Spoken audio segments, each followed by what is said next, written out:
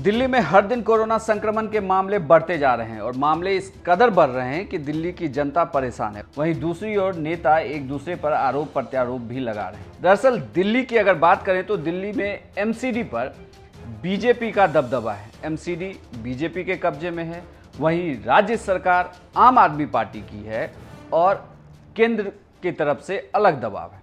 ऐसे में अगर दिल्ली में कोई पिस रहा है तो वह दिल्ली की आम जनता है, जिसका कोई भी सुनने वाला नहीं। अब आप इसे ऐसे समझिए कि दिल्ली में अब मौत के आंकड़ों पर भी राजनीति शुरू हो गई है।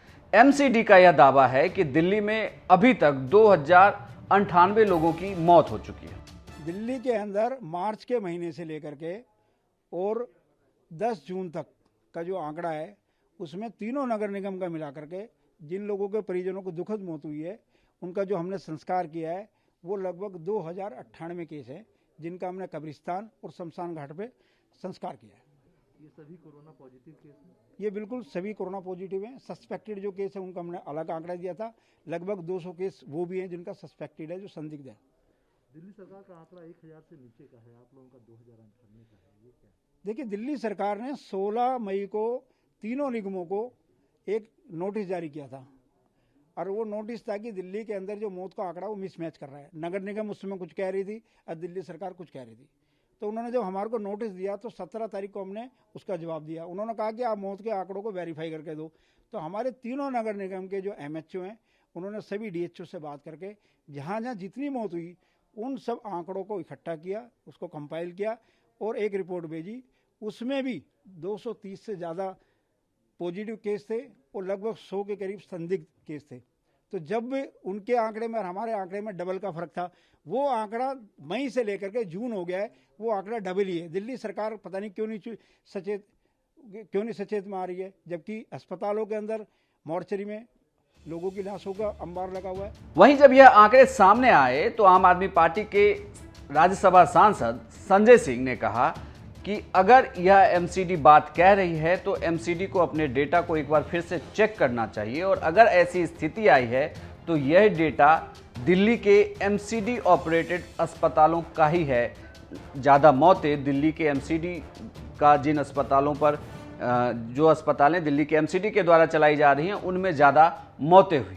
देखिए, ऐसा है कि इस मामले में दिल्ली हाई कोर्ट ने तस्वीर बिल्कुल साफ कर दी है। दिल्ली के माननीय उच्च न्यायालय ने एक फैसला दिया है जिसमें उन्होंने कहा है कि दिल्ली में डॉक्टर्स की एक्सपर्ट्स की कमेटी, जो डेथ ऑडिट कमेटी है, उसकी एक्सपर्टीज पे हमें कोई संदेह नहीं है और वो जो डेथ का आंकड़ा घोषित कर रहे हैं, जारी कर रहे हैं, वो अक्षरशः सही है। ये किसने कहा? दिल्ली उच्च न्यायालय ने।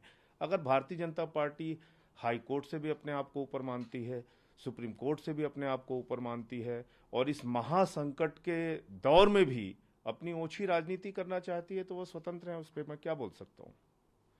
देखिए, कम्युनिटी स्प्रेड तब तक नहीं माना जाता है जब तक आपको पता हो कि ये कोरोना किसके माध्यम से फैल रहा है, आपका सोर्स क्या है।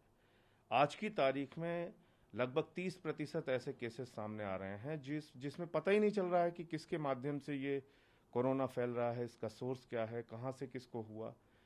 तो हमारे स्वास्थ्य मंत्री ने इसी आधार पर बयान दिया था कि कम्युनिटी स्प्रेड हो रहा है। अब अगर आईसीएमआर कह रहा है तो ठीक है, उसमें हम कोई विवाद में नहीं जाना चाहते हैं, वो इसको बताएं।